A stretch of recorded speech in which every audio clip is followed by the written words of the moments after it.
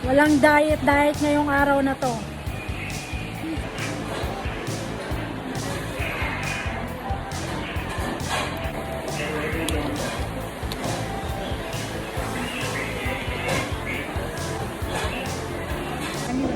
So, nakadalawang balik ng prime rib.